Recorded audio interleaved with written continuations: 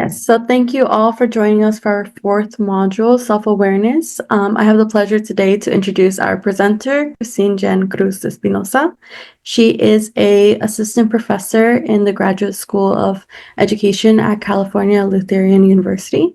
Her research focuses on racial and institutional classifications in higher education, with a particular interest in minority-serving institutions and federal racial data.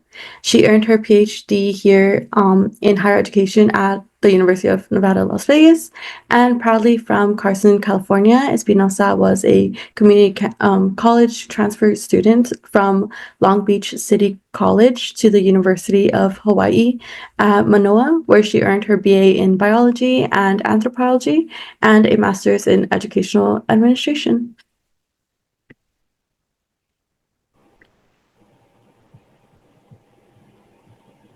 Thank you so much, Melissa, for that introduction. Good morning, everyone. Good morning, CRRT fellows. I'm Dr. Christine Jan Cruz Espinosa, and I know my intro was, shared here, but I'll definitely be sharing more about myself, considering the topic of self-awareness today. Again, so thank you to Melissa for introducing and also for the logistics behind the scenes, Dr. Blanca Rincon, and Dr. Aisha Jackson, Erica Marty, all the folks who are involved here, just really for this invitation to speak today and their efforts in putting this fellowship together, because I understand what it's like to be on that side. So I do want to share that it is exciting for me to come back and to be part of this space because we were just talking about this as you all were coming in. But for me, it feels like a homecoming to be in this particular space with the Transcend Culturally Relevant and Responsive Teaching Fellowship Program, because I was actually in Melissa's shoes. I worked as the graduate research assistant for this fellowship once upon a time. And you'll hear more about myself again as the session goes along. So I'm going to share this part of my screen. All right, so this session, session 3, is entitled Beneath the Iceberg, Toward Developing Critical Self-Awareness for Responsive and Relevant Teaching. So, you probably have guessed from the pre-work that you were asked to complete before this. This session is going to be all about, talking about exploring your identities, your lived experiences, and then how your identities and your lived experiences shape, how your teaching dispositions and then your practices in your respective, STEM fields. In thinking about even just the name of this particular fellowship program, right, culturally relevant and responsive teaching, one foundational piece of CRRT, or culturally relevant responsive teaching, is developing self-awareness. So that's kind of why I decided to title it like this. And again, just as a preview, you have been asked to do those pre-work exercises. You can expect that you will be invited to continue to do more individual writing reflections during this morning session. And then you'll also be broken up in pairs, actually, for discussion today. Okay, so first of all, as someone who did work on the logistics side of this program, obviously each of you actually applied actively to be part of the CRRT fellowship. And I recognize today is Friday, and you are probably bringing everything that comes along with you. So for example, maybe you are still thinking about that last email you were trying to send off right before logging onto the Zoom. I get it. Trying to last minute finish things. For those of you who might be teaching this summer, I did look it up. You're probably in the thick of summer session 2 at UNLV. And then still for others, maybe you are just waking up and this is the very first call you are logging into. So as appropriate to the session's title and purpose of working toward developing self-awareness, critical self-awareness, I'm actually going to invite you to prepare yourself for this self-awareness session. With a brain dump or free write session, if you will, to ground yourself, to ground ourselves. So why am I asking you to do this? Anyone want to take a guess, maybe?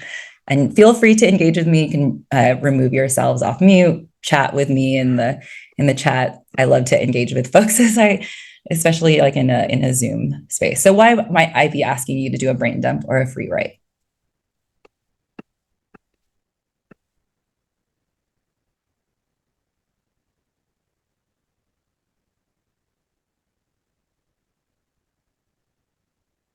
Ease communication. Thanks, Michael. What else?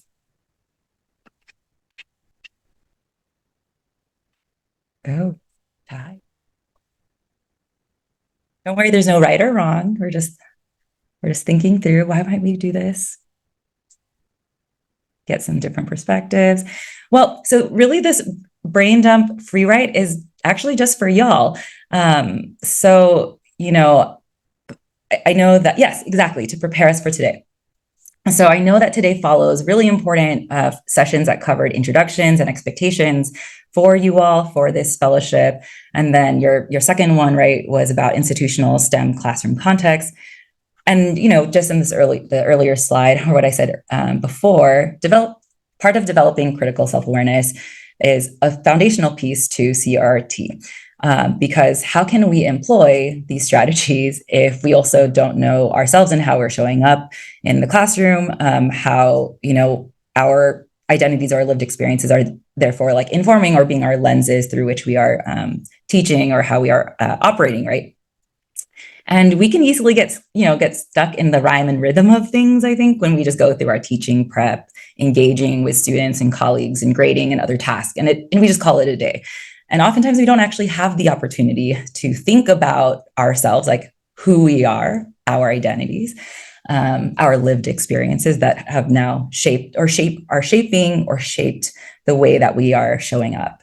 So I just want to say that this is now an opportunity and maybe a gentle challenge to carve out mental and physical space for learning about self-awareness, for learning about ourselves, returning back to ourselves by setting aside whatever our to-do lists are at the top of your mind. If you're still thinking about that email, this is your chance to like just dump it down and place it somewhere. And so that we can just focus on each other in these next, hour and 20 minutes that we have left together.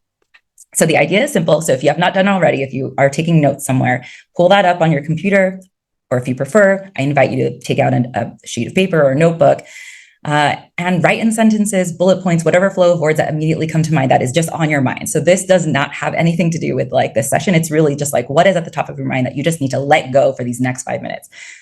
Don't worry, I'm not going to ask you to share this with me. This is really for you, right? So again, just an opportunity to just like let go, dump everything on the side. Because again, I know it's a Friday morning. You all are probably doing something. I get it. I'm like that too. And I just want to give you this time because I just want to start off from this place. I'll play some instrumental music in the background. I just wanted to warn you so you don't get alarmed once you start hearing music. I really prefer when folks tell me that because then, especially if your volume is up high, it's scary. So again, I'm going to put a timer. Just brain dump anything that's just on your mind, what's on your heart, anything for these 5 minutes. I know we don't always get that chance. Okay, so, and I also challenge you to commit to writing and typing all the way through until the timer goes off.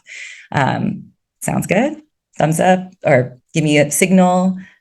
Okay, perfect. Okay, how was that? Did you have time to just write to yourselves and what have you, put everything aside and ready to come back? Yes? Okay. So let me come back into presenter view. My mind is completely empty right now. And thank you for your patience. I know the timer was a little bit off. I realized I had to stop sharing my screen and then the timer app showed back on. So in case anyone was curious about how to use that, we figured out the tech. So, all right, now for the rest of this time, what is the flow going to look like? So the rest of our agenda, I want to share a little bit more about myself so that you know who I am, who is speaking to you. I know I kind of gave you a highlight of like a fun fact of my connection to the CRRT fellowship, but especially that this is a session about self-awareness, I need to share more about myself. And then we'll go into an intro, just general, because really the majority of this time is going to be really focused on, and for you all to share and to think about like, oops, sorry, that was timer on my end. uh, your individual salient identities, your lived experiences, and thinking about a critical incident, as you can kind of see. So we'll walk through that. I'm going to be inviting you all into some group. Technically, that's a pair. Oops. Everything is so much music. Uh, you know, we love the music, and I'm glad that you all liked the Tron music. I just didn't want to distract you all with lyrics. Anyway, you'll have an opportunity to talk in pairs and invite folks if they feel comfortable for a larger group discussion, and then we'll wrap up. So that's pretty much the time. You'll be surprised that a lot of time is going to be taken in these discussions. Admittedly, I have actually done I participated in a similar session myself just recently. And as a faculty member, I realize faculty like to talk, and we don't get to talk about ourselves a lot. So I hope you kind of experience the same thing that I did.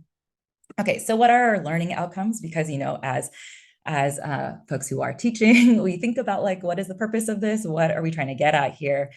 And, in covering this agenda, the learning goals of today are really just, I feel like they're simple. However, I hope it's meaningful. So it's an opportunity at the end, by the end of this, hopefully you have an opportunity to identify aspects of your identities and socialization that influences your teaching dispositions and practice, have an opportunity to analyze how your personal beliefs, values, and experiences shape your dispositions and teaching practice.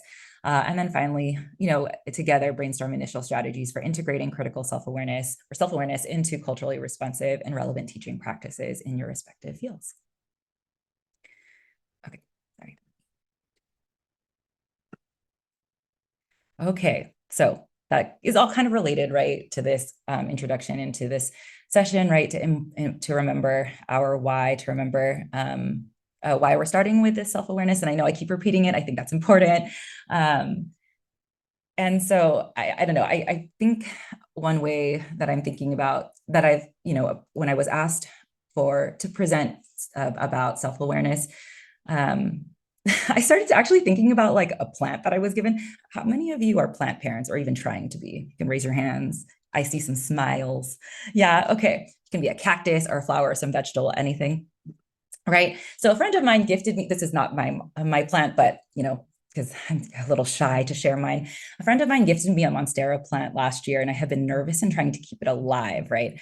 And as I think about it, how is this related? Why am I talking about plants? What are the conditions? So I was given this Monstera plant, and I'm aware that I am in a room of folks who are coming from a particular set of backgrounds, or who may be wonderful plant parents. Does anyone know what are the conditions that a Monstera needs to survive and thrive? Feel free to write in the chat. You can also send me tips, because mine is like slowly fading away. Just gonna give you a second to do that. Or if you want to say it out loud, like what are the conditions that this Monstera needs to survive, or what does it need? Yeah, if anyone knows. Sunlight, water, absolutely, right? Very basic things. Yeah, the Monstera that I have, right? It's an indoor plant, definitely needs nutrients, certain nutrients. And actually, when it talks about light, it needs indirect light, can't just be like blaring out in the sun. Apparently needs well-draining soil, because apparently I have moistened it too much, and moderate to high humidity. Who knew? So I appreciate you all sharing some ideas, some of you sharing ideas in the chat. But it's similar, right? So as I'm jokingly sharing about this Monstera plant that I'm like nervously trying to keep alive, because sometimes it like fades in and out. It's kind of similar to, when we think about like culturally relevant responsive teaching, how can we start developing or cultivating that? How to better design environments that might better support our Latino, Latinx, and other minoritized, marginalized students in STEM.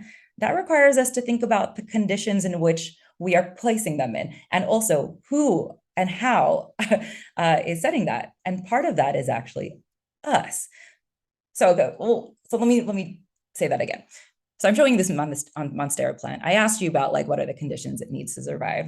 And so, right, like my friend who gave it to me, I can't just expect this Monstera to like survive and thrive on its own, right? Like I have to be thoughtful of giving it certain water, preparing its soil, giving it a certain kind of sunlight, not like keeping it in direct sunlight, right? So similarly, in thinking about the teaching environment, what are the conditions that we need to intentionally attend to? And one of those is also thinking about ourselves. So that's not the only thing, but one main foundational part.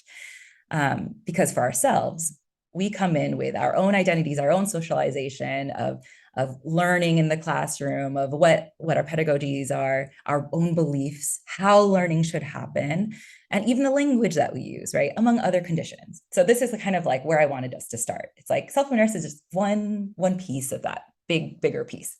So that's kind of why I wanted to share.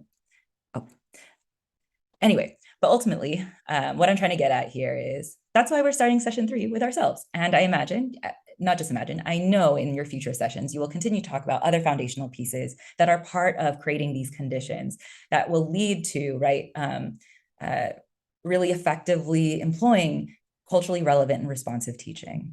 So that's why we're just going to really reel this in about like why it's important that we know ourselves and really engage with that critically and thoughtfully. Okay, so where is this next slide? Okay. So through a culturally relevant responsive teaching lens, self-awareness, hold on. Sorry, I realized I'm in the wrong slide. So sorry, y'all. One moment. Good, that's okay. I'll just read it from here. So self-awareness really centers on our understanding of culturally coded ways that people, that all of us, perceive our own emotions, our own beliefs, our own behaviors. Because that really then like positions or postures us to how we respond to, it could be students, it could also be to our colleagues, right? I know we're talking about students here, but really it's just like who we are and our awareness of that, it really shapes like how we respond emotionally, our own beliefs, our behaviors to people, to other folks, and to folks who might share different cultural backgrounds than us. Okay, so hold on, let me go to this slide.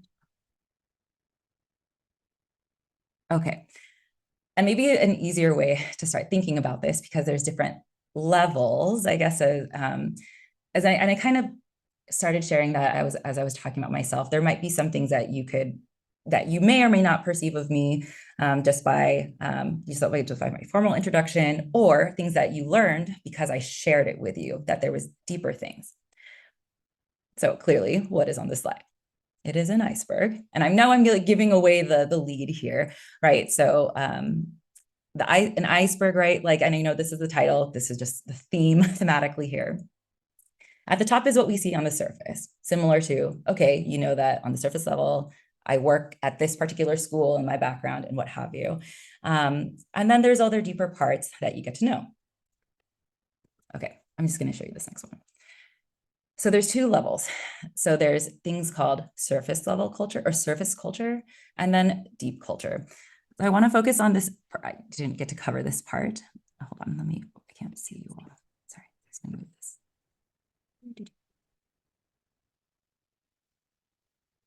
Oh, and thank you so much for also adding more things. I'm going to add that, Donald, phosphorus and nitrogen.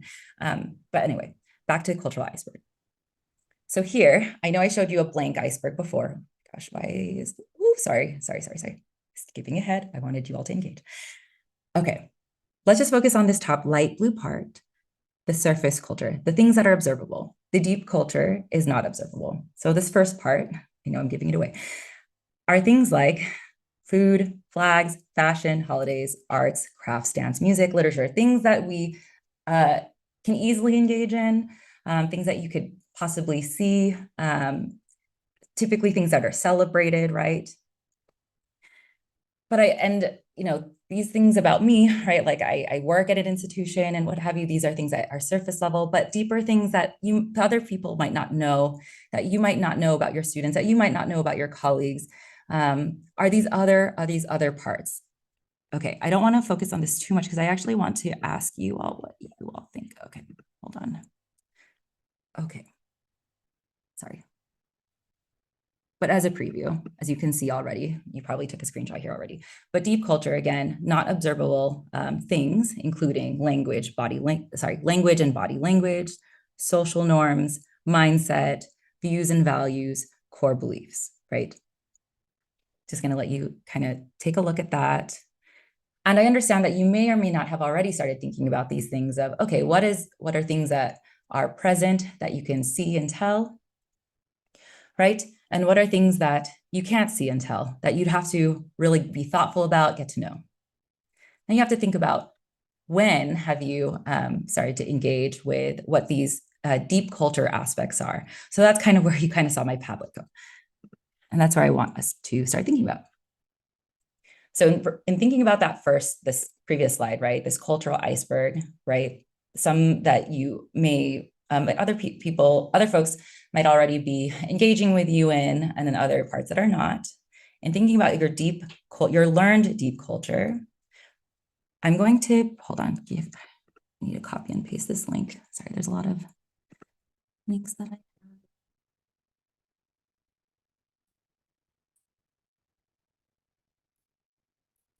Okay, so at this point, because I want us to be thoughtful around like, okay, this latter part of this iceberg, and I know that you've already been asked in this pre-work to think about your salient identities and institutions and people that have shaped you. Where and or from whom might you have learned deep culture? And then the second that you'll see in this Padlet is how has your understanding of how you are socialized changed over time? So in thinking about like these aspects of your deep culture, sorry, I lost my train of thought because I was clicking around. Are there aspects of the deep culture that you've even learned when you were younger? How has that changed? Please note that this Padlet is also anonymous. So please don't worry about your names being shown. This is just meant for us to like have a collective brainstorm about this and to do this individually. So again, in looking at this, sorry. Oh my gosh. So sorry, y'all. Oh, everything is. Okay. And thinking about these. Christine, the link's not working. It's not working. Okay. Mhm. Okay. This is why. Is it working? Oh, okay, let's try this again.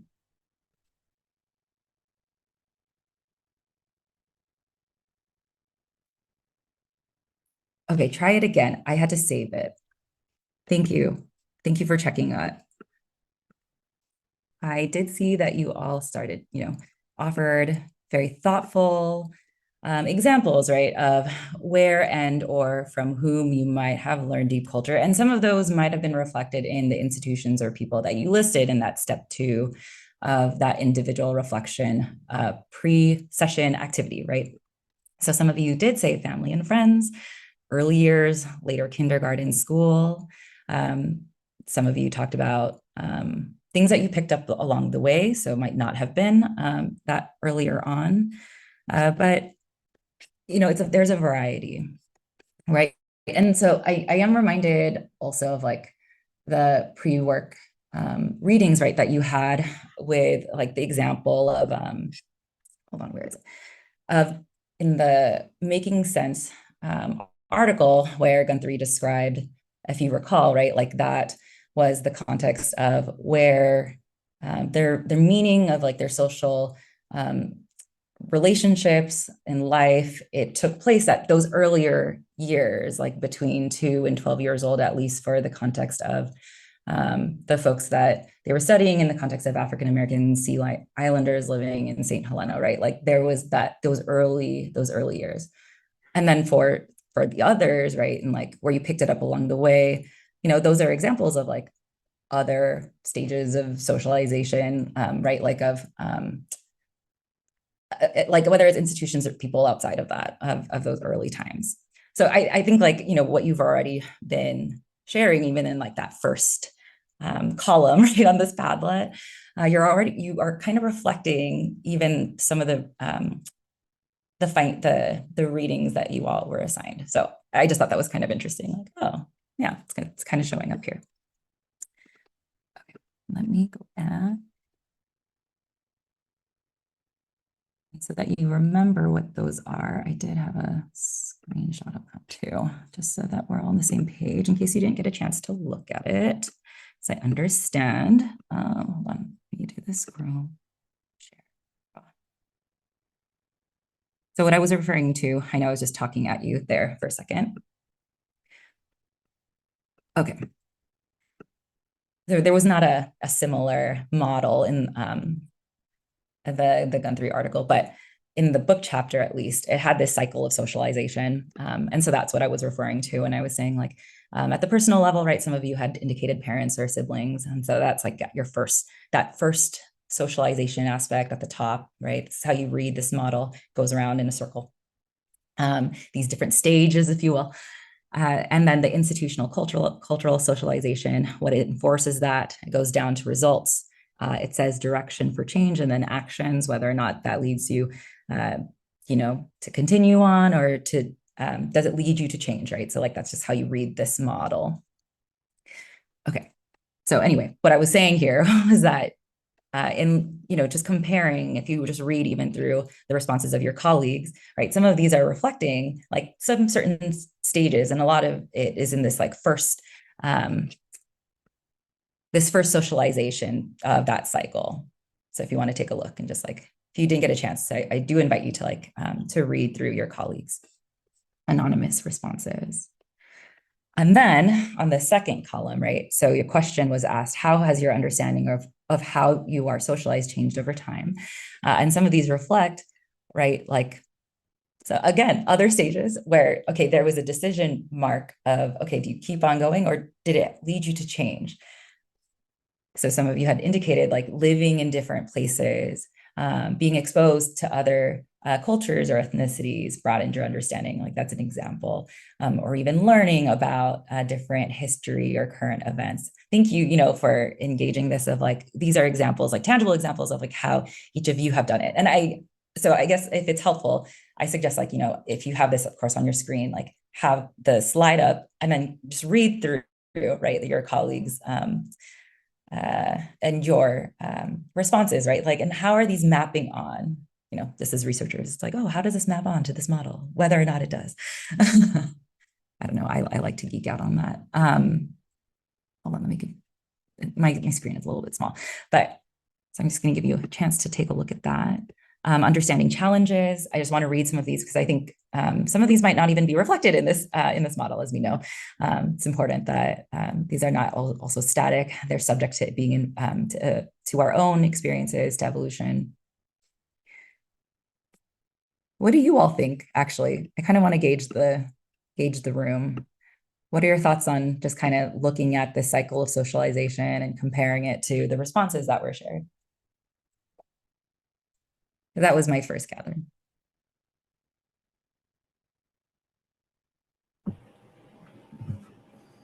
Well, I think that in a society, the essence is we're all cooperating, collaborating, and I think that the importance of socialization is that we are mutually interacting in a way that is mutually beneficial for the survival of society.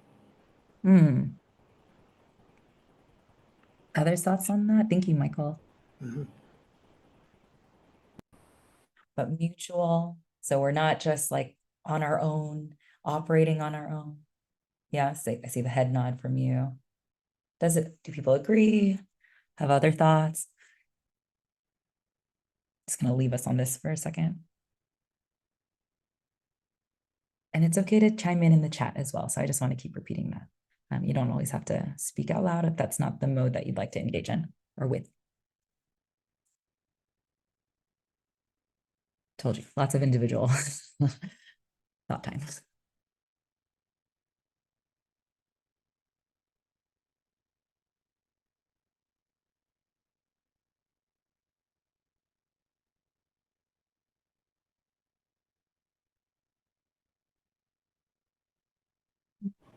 Just to kind of comment, or perhaps just ask for clarification. I mean, I'm a scientist, and so obviously, and my father was a chemistry professor. So, I mean, there's one aspect of socialization from the standpoint of just, the love for learning. But then there's also another aspect, which is just sort of a deeper, as you know, who am I? Where am I coming from? So, I mean, I think that it's a little challenge if you're talking about scientific academic culture. That's somewhat different Yeah. than an ethnic, if you know what I mean. And so I'm not exactly sure where we're going. You know, are we looking at more of an ethnic, you know, our sort of extended family, or are we looking at something where we go to school, you know, where we're socialized in classes, but there's not necessarily, at least where I was. I mean, there was an ethnic aspect, but it was, and I was not part of that ethnic majority. But I mean, it was, you know, there's one thing to be in a classroom where you're just learning about science and math, but then there's another aspect where there's the more human, if you know what I'm saying. No, absolutely. Thank you so much, Michael, for sharing that, right? Like, and I didn't prompt whether or not or what identities to think about, right? When you were asked in that pre-work assignment in that step one, it was really like what salient identities or what identities are salient for you. So it sounds like, and please correct me and step in, right? The salient identity was actually the academic side. It sounds like just based Yeah. on, you know, your father being a chemist, like, so in some ways, like modeling already at that point. And so maybe that is, and that may actually be the one that is salient for you. But then for somebody else, it might be different. Yeah. So the point here is, right, is thinking about like, well, each of us have differing ones, and how like that shapes our position, posturing. But yeah, and so I just wanted to name that, like, and that's okay. But that's Yeah. where the No. awareness comes from, right? And Yeah. Dr. Rincon, I mean, anything to add there, like, or engage. yeah, I mean, my mother was a nurse, and so Mm, she was the head night nurse of a drug and alcohol unit at a veterans hospital. So of course, yeah. I grew up learning all of these stories of Mm, veterans in the Vietnam War who mm, were just destroyed. You know, as far as seeing their colleague, you know, their fellow soldiers die, and so then mm, they would resort to drugs to kind of escape their demons, as my mother would say. mm, So there was that aspect, that humanitarian aspect of, you know, this catastrophe that happened when I was a little kid. And, yeah, you know, then my mother having to deal with the consequences of those people who had suffered from that catastrophe. And so, I mean, that certainly helped shape me. But like I say, it was more, it had nothing to do with my ethnic background, just, you know, mm, just sort of this sort of a generalized sense of the tragedy and then how it impacted our society, and then it sort of had an impact on me. yeah. Before I comment, Dr. Rincon, did you have something? Or Wonka, do you have something? Yeah, I mean, I think what I'm hearing is like different events that shape kind of our life as well. Yeah. And I think those are really powerful, you know, and I think about how like early on those moments shape what becomes salient for us, right? Yeah. And I hope folks understand what we mean by when we say salient, because that Oh, yeah. changes Thanks. uh, over time and in our life. There, you know, when I was growing up in Azusa, California, my ethnic identity wasn't salient for me. Like it was kind of like being in the ocean, right? Like it was just everywhere around me. But the moment I stepped into a context where that was both something that was mirrored to me often, that became more salient to me, right? Yeah. And I think that's one of the things that is important to understand, right? So like now, you know, my academic side of my identity is so salient to who I am, right? Like I often find myself talking with my parents about my job. Sometimes I'm like, I don't want Yeah. to talk about work anymore. So I think that that's really, really important. But it starts so early. The other Yeah. day, my son, who's 5, um, asked my partner, like, you know, are we rich? You know, and so I think it just really, you know, points to how we start learning and who we're learning those things from, um, Yeah. and how we shape those conversations with folks as they're growing up. Thank you so much for sharing. And that was really important to, you know, to clarify, like, what do I mean? Like, what are we talking about when we're talking about salient? It's like, what is the thing that is most like, oh my gosh, I don't have a synonym for the word salient right now. It escapes me. The most important thing, the most relevant, I suppose, in that context. And I think that's something important. I realized I missed that slide earlier on, that it is context specific and it does change and evolve over time.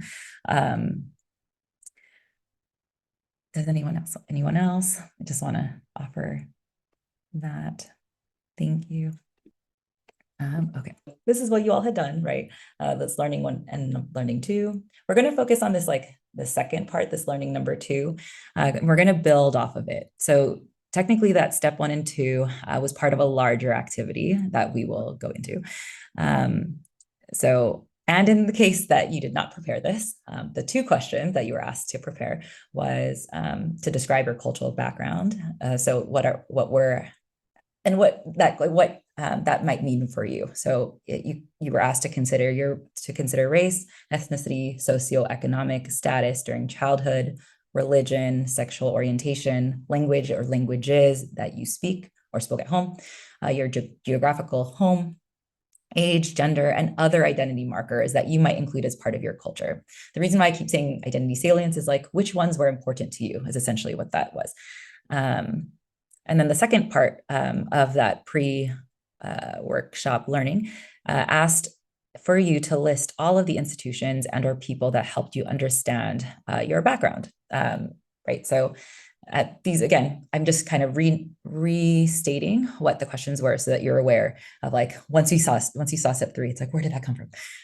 So that's kind of why I kept referring back to, like, oh, remember, your pre-workshop learning. So again, it was describing your cultural background and whatever that was for you. And then again, institutions and people who helped you understand that your own background. Okay. So all of this is part of, starting to think about this step 3, which is part, again, of this critical incidence is really, some, Michael and Donald, you had offered examples, right, of like just traveling or being exposed. Like those are like broad examples of like, okay, incidents that helped shape or change how you think or like got you to learn about something. And I imagine many of you have also experienced some kind of incident. And here we're calling it a critical incident that, maybe shifted you. I guess that's another way of thinking about it. Okay, so again, thinking about these 2 questions leads us to this. So experiences that fundamentally shape who we understand ourselves to be. Oh, and I already said this part, realize that. Okay, the step 3 part. Step 3 was you are now in this time for you to think about a moment in understanding your cultural identity, whatever ones that you had written down in that pre-learning. So that's why I wanted to keep showing you this, because it's all kind of building on each other, right? So this early socialization sense of self, that was in that first bucket. That's what you were doing in your pre. And if you didn't do that, maybe this is the time to do it.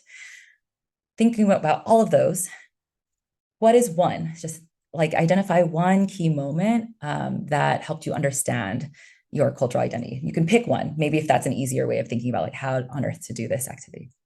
What was that critical incident? And then you can see the arrows kind of flowing into one another. And what is the third part? What is that long-term impact? If you have a piece of paper or if you can draw on your computer, I invite you to do so.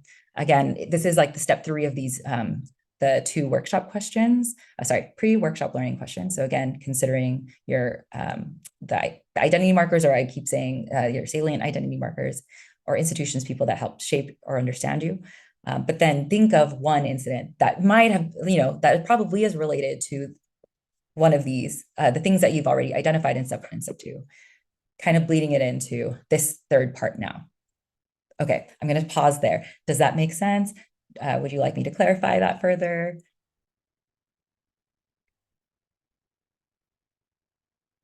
Also, Dr. Rincon, if you'd like to step in, if I need to expand on that. I'm just trying to, I realized what was probably best if I had all 3 steps on one slide. I keep going back and forth, but yeah, so they're all leading into one another. Okay, so again, I invite you now to create a timeline of events that outline one key moment in understanding your cultural identity. And again, if you need to go back, I invite you actually to go back to your step 1 and step 2 and think about this moment. So you're going to have a little bit more time to do this individually. Just to clarify, one event or a timeline of events. So when we think about like one like critical event, there could be a process in that time. Like, okay, what was like the intro? Like, how did you get there? What was the thing that happened? What happened later? And then, 5, 10 years later, or whatever timeline that might be, what is the long-term impact of that moment? So I guess that's one way of making this tangible, perhaps. Okay, perfect. Yeah, I want to make this simple so that you can just like focus on one thing deeply versus like a breadth of different events. So instead of saying like, oh, I lived in XYZ place, it's like, think of just like one thing and to go think of more depth than breadth. Okay, so I'm going to give you 10 minutes. I have to stop sharing my slides so that I can put the timer. So if you want to take a screenshot, please feel free to do so now. And then I'm going to put the timer. I've learned that now. Self-awareness. Okay, I'm going to stop sharing.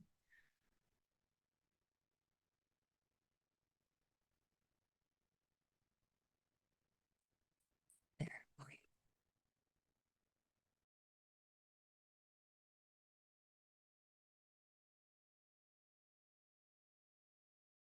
Sorry, and I wanted to clarify, yes, you are doing this on your own. And then after these 10 minutes, I will verbally say out loud, like the 10, also you'll see the timer is up. And then at that point, I'm actually going to move you all, we're going to move you all into pairs to share. So in a smaller setting to really be able to think through, because I know we were doing like group discussions, and I understand that, especially in these, in this particular reflection, these critical incidents might not necessarily have been like happy or positive necessarily, and it could be emotionally challenging. So I want to name that. And maybe this is the first time you're actually processing this. So I want to name that and why I've opted to like do pairs instead. So I just wanted to name that of why we're going to do pairs. So again, individually now for 10 minutes, then we're going to move you into pairs to discuss. Okay. Any questions? How's it going, everyone? Are we about good? You've really thought in depth about that critical incident. Okay, you have like 40 more seconds, just letting you know. So you do have, I'm going to share these pair questions. I know you each wrote about your own individual critical incident in your own particular lives, but in this pair share that you're going to be let into, these are 4 questions I'd like you all to at least touch upon. So in pairs, it's up to you all in those pairs how much of that story you want to share, but really it's like what aspects of your cultural identity were the most salient in that critical incident that you identified and wrote in depth about. How, if at all, do you think this critical incident impacted your relationships with other people into adulthood? Third, how might that incident impact how you think about how you see yourself as an educator? And then finally, how might that incident subconsciously impact how you think about or treat students? I'll copy and paste these into the chat that you have them. But as you go into pairs, again, if you can think about these 4. And I know I didn't get to see all of your wonderful faces, but in pairs, I do invite you to turn on your cameras and to engage with your colleagues because especially that this might be a critical incident that was really important to them. I feel like, we should do each other the honor and to show face, right? So again, I actually invite you to turn on your cameras if possible as you go into pairs now and to, really think about your critical incident and also kind of pushing it now outward into how it impacts your relationships with other people and subconsciously may or may not impact how you think about or treat students and your role as an educator. So again, I'll copy and paste these. Again, I invite you to turn on your cameras once you go into pairs. And I'm going to turn it to, I believe Melissa is going to be our magician behind the scenes and putting you into pairs. Does anyone have questions actually before we go into that? No? Okay, thank you. Okay, everyone is coming back. How's that? Give me some emojis, some chat, thumbs up, anything. Did you have a good conversation? Yeah. Okay, good. Awesome. And I believe not everyone is here. It's there. Are coming in, almost there, almost there. Oh, love the hearts, the thumbs up, that it was a good conversation. It's just a temperature check on that. Hopefully you even got to know your colleagues a little bit more in that pair. I'm a little jealous I didn't get to be in it long enough to hear any, but hopefully in this larger group we can share. Okay. Now that we're back, for any pairs who are comfortable in sharing, like if you want to speak generally, that's also okay too. I'll just go through these pair questions. I think they nicely build on each other. So if anyone wants to respond, right, like to what aspects of your folks' cultural identity were most salient in, the critical incidents that you had shared with, that you had thought through and shared with one another. Oh,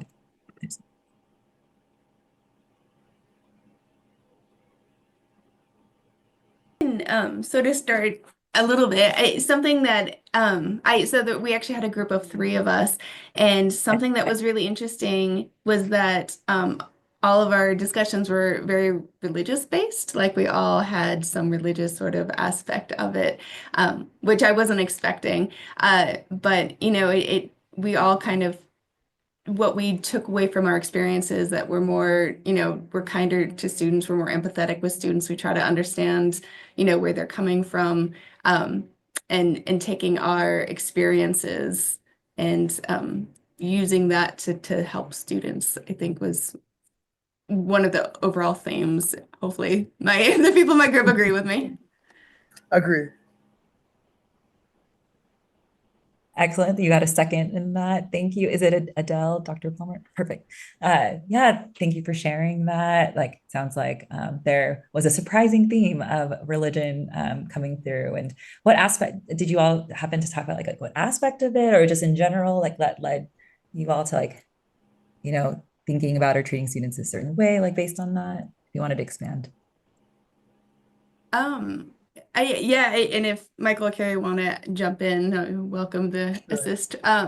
But it's just, understanding our family better, our history better, understanding the church's history better, understanding, not really understanding, but also, how we were raised and how, not all of us, but a couple of us were, I don't want to say indoctrinated, but you know, it was a big part of our lives. And I don't remember where I was going with that. Sorry, my unmedicated ADHD brain this morning.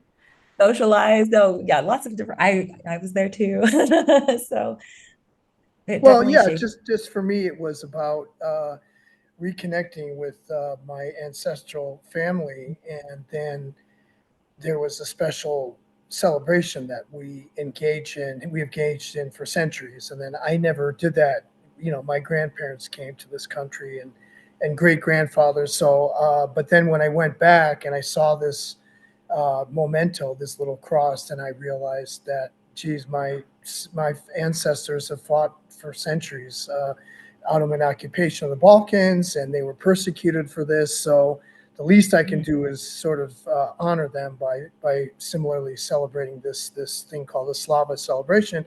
So I mean, the thing is, it's about love, and I mean that's where true religion, there's misinterpreted religion, but generally true religion is about love, and at least in the Christian church, it's Jesus. It's all about love, and so the idea was that with students, it gives that sort of transcends all the ethnicity, all the barriers that we put between each other. And so it just makes me want to share, as a professor, what my blessings, my knowledge with my students, and hope that it will help them. So I mean, I think that was very positive for me. Yeah. No, it does sound like that. It sounds like, values that, I just saw the chat, like socialized to learn about, like in this Yeah. context of structured religion, but that is also, you see that as transferable to then teaching and educating in the classroom. Yeah. Yes. Other examples. Thank you so much for that group share. And the questions are in the chat in case you're wondering.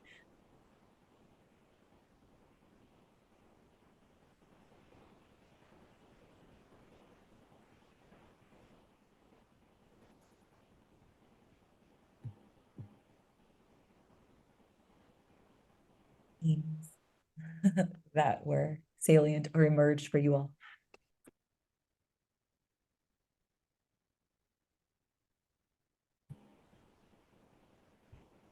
Well, I can talk about our group a little bit. The other Michael, he is from Germany and grew up there, and I grew up in Minnesota, and we found we had kind of a similar upbringing in that we didn't really know about our ethnic identity because we were largely in an largely he was in an even more similar German ethnic group. You know, you're just you. You're not German. You are German because you're German, but you know, you're just where you grow up.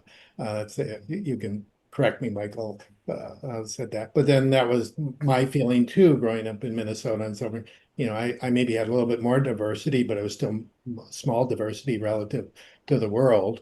And so we grew up there, not really even getting a sense, maybe because we're white in a white majority, you know, we don't have to think about where are you from? Nobody asks me that, unless I have bring out my Minnesotan accent.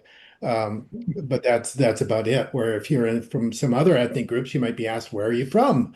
With that ethnic characteristics or something like that. And then, of course, we got transformed, leaving our small little enclave in the world, where many of our own family and peer group didn't leave. So it's kind of interesting. That's what and in the end with Blanca, you know, we're talking about, you know, we got to experience this. I got it in Hawaii, I got it in Texas, a number of transformations to realize, wow, there's different groups and we treat them differently and we're treated differently. But the one thing we both, at least I reflected on, was just ended up being, and many times in a minority in the group, and sometimes the only white guy in the room, and how that made me begin to realize what it's like to be in a group where you don't think you belong. And I'm still the white guy in the room, so I sort of belong, right? We're given that in the US. We kind of belong unless you're in a group where there are all these other Asian and Hawaiian and mixed people in the room, but they didn't care. That's what I realized. They are so mixed there that white guy in the room is just another guy in the room, kind of thing. And so that for both of us, Michael, you might want to expand on it for you. You're coming from kind of a similar back, even though we're different countries in the world. If you want to speak up. Yes, so yeah, it was like kind of similar because yeah, I grew up in a small village in Germany, but there was not really any diversity there. We were all Germans, and I studied from bachelor and master in a relatively small town. So that was also like all Germans, and I like very simple things were like very mind blowing for me. Like just when I went to South America to Colombia, like there are no seasons, for example. Like very basic, very simple things. So it was like I never even thought about that. So yeah, it was like really good for me to leave this country, to basically leave Germany and actually be exposed to all of these different cultures. I also had a similar experience, also like much less transforming than probably Donald experienced because they lived there. But when I went the first time to China, I was also like, it was the first time that there was nobody like me. There was not a single European person on the plane or then later in the city. It was all Asians. And it is like, yeah, I think it's very good to experience that once in your life so you actually understand other people, especially when you basically stay in like Europe where most people are European. So you kind of have like a sense for how other people might feel when they're like surrounded by very different looking people. Yeah. So yeah, in that sense, I think yeah, our experiences were like kind of similar, despite being quite different. So, yeah. Yeah, thank you so much, Donald and Michael, for sharing that, right? Like, it sounds like especially being in different contexts where you yourself are a numerical minority in a particular group setting, whether that's in Hawaii or in China and what have you, it like put you in a place of, oh, this is what it's like to then be the only one. And then perhaps it sounds like perhaps then it helps facilitate this thinking around how might other folks feel if they were the numerical minority. And sometimes it, and one idea too to throw out here is like, is there a certain privilege then that is carried when we don't have to think about these things, right? So like, I think that's like another thing that we can wrestle or think about also. But anyway, I want to hear more. This is really good. Thank you for sharing.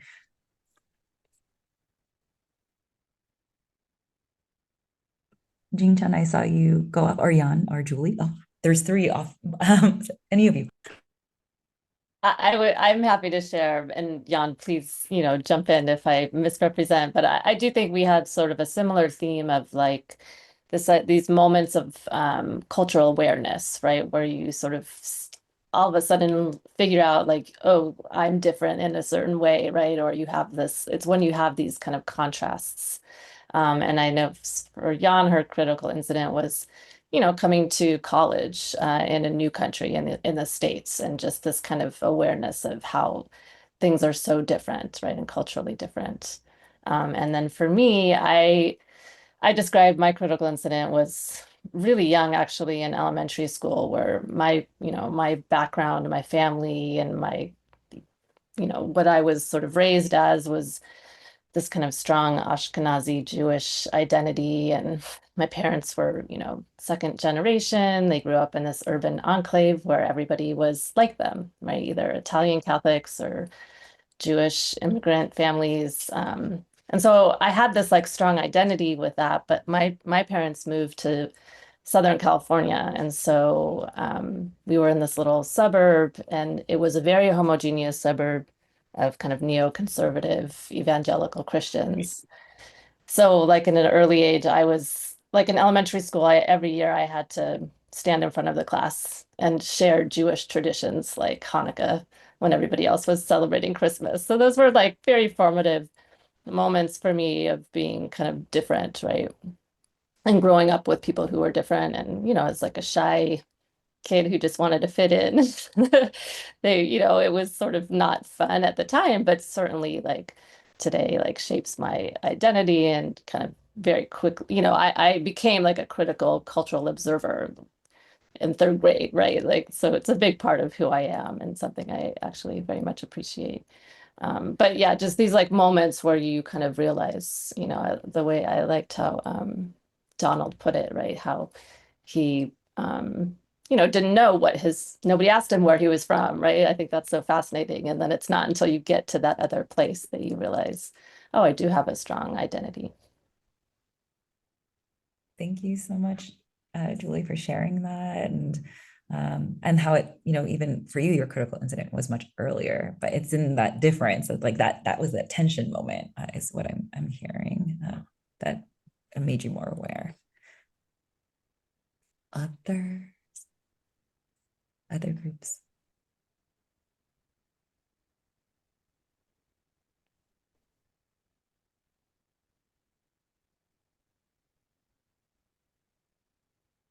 I'll just add one other thing. And again, Jan, I don't want to misrepresent, but I love that she shared this because we started talking about like these conversations are so important, but then when you're in the classroom with students, right, how like you have a large class, like how do you, learn about your students and, and honor their backgrounds and all of this. And Jan shared this great exercise that she did, and she's in geosciences. And just really asking students about their kind of local connection and local awareness of Las Vegas, right? Like you can look at Las Vegas scientifically as a desert and learn all the things, but like the students have their own kind of personal geographies. That's my language, what I'm hearing from Jan. And I just think that's so fascinating. And I don't know if you want to share more, but I just wanted to put that out there.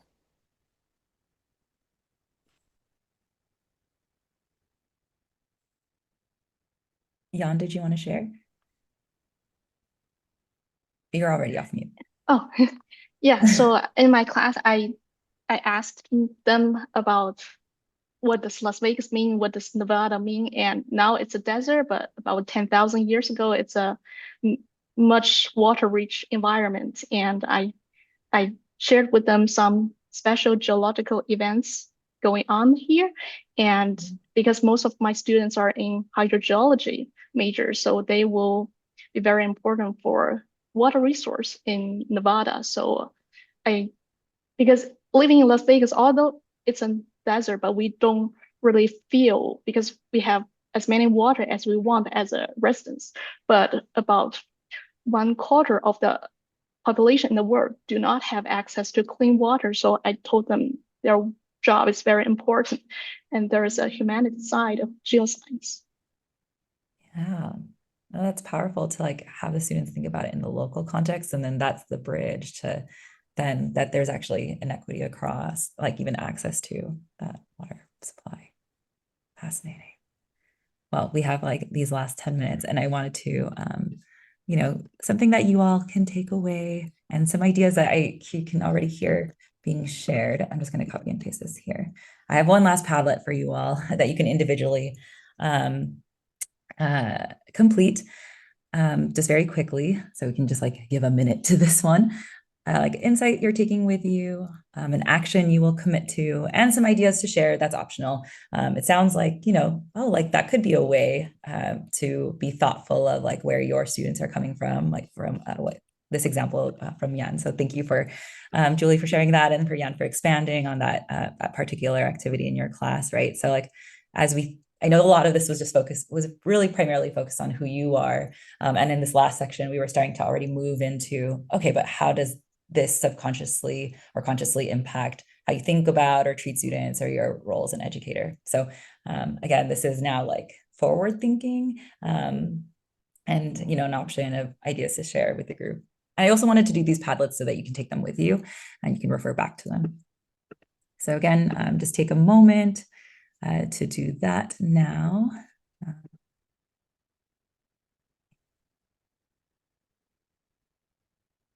Just very quick.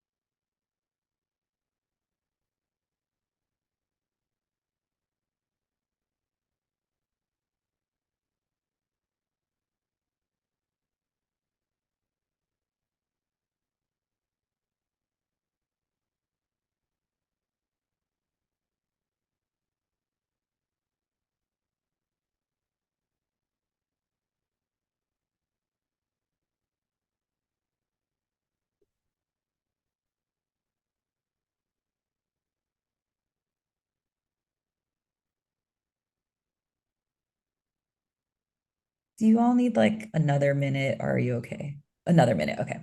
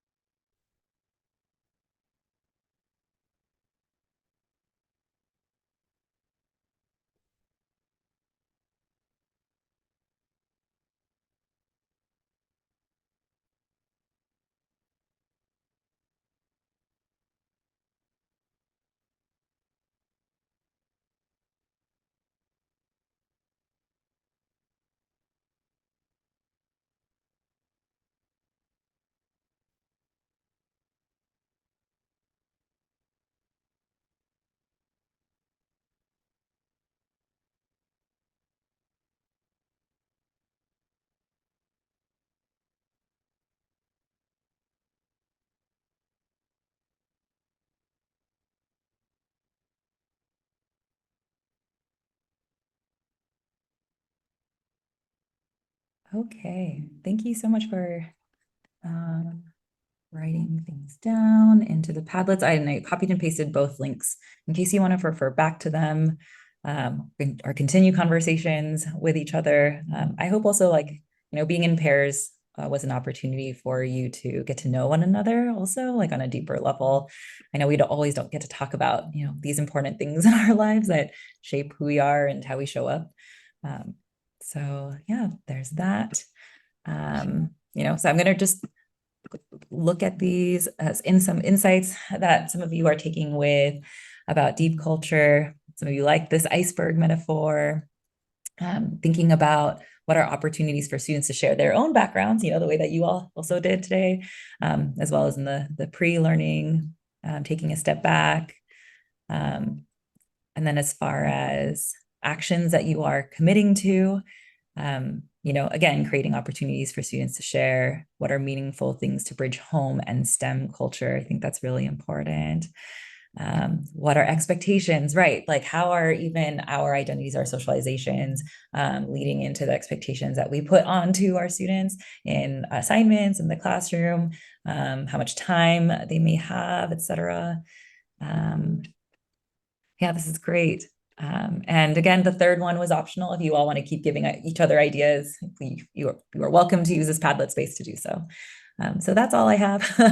And thank you for your participation and for being open with one another and with us in this larger group. So yeah, thank you. Thank you so much, Dr. Cristina Espinosa. I just want to thank you for, initiating and facilitating this discussion with all of us today. I know that Friday mornings are tough for everyone, and I think having conversations like these can be challenging as we often, don't typically bring in our personal into the academic space. So I appreciate that. I also am taking away from this discussion today to think a little bit about my relationship with water that I don't think I typically sit with. So that's one thing that I was like, I think that's something that is worth reflecting on as I think about even, someone who lives in Las Vegas. But in terms of my role as someone who's helping to coordinate the CRRT fellowship experience, I'm going to do more logistical house cleaning type things with y'all. I'm just reminding you all to complete your module reflections. Our next module, module 5, next Friday, will be asset-based approaches in STEM with Dr. Claudia Garcia Lewis. And so I am very much looking forward to that conversation with you all. Also, I'll stick around here if there are any questions that folks might have. And just for those of you who have completed your reflections, both myself and Dr. Jackson will be engaging with that. So if there are any questions as you all are reflecting that remain for you all, we're using that as a space to be able to maybe provide additional resources or, really communicate in a more one-on-one manner. So thank you all again. And I want to especially thank my team that I jumped in to. I try to jump into different groups all the time, so I get to build relationships with you all, because I think that's the part of teaching, is being in relationship.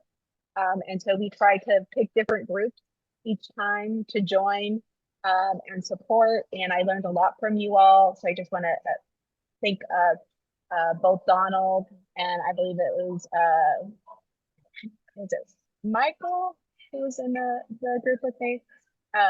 So I really just appreciate you all. I've been able to get to know each of you, and I'm looking forward to those who I haven't been able to join in the future. So I hope it's not like I'm here. I was like, I'm coming into the conversation midpoint, but I just, I think part of it is also us learning how to better tailor each additional session. We do talk to each presenter and share a little bit about where the conversations are at so that we can continue building on that so that it's meaningful for you all.